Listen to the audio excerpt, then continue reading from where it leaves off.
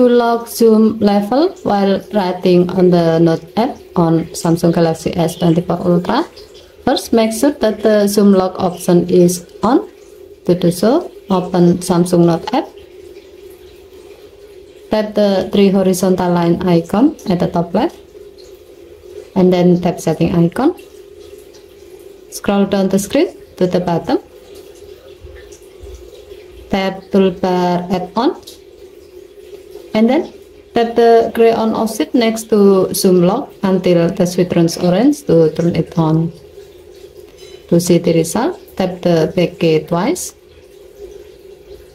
Tap the new note icon at the bottom right to create a new note. Change the zoom level.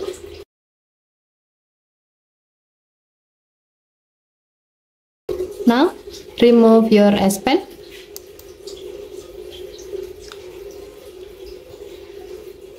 Swipe the toolbar area at the bottom of the screen to the left.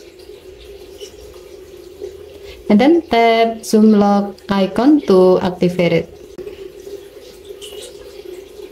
Now, your phone will lock the zoom level of the canvas so it cannot be changed. Okay, thank you for watching. Please help to like and subscribe. Have a nice day.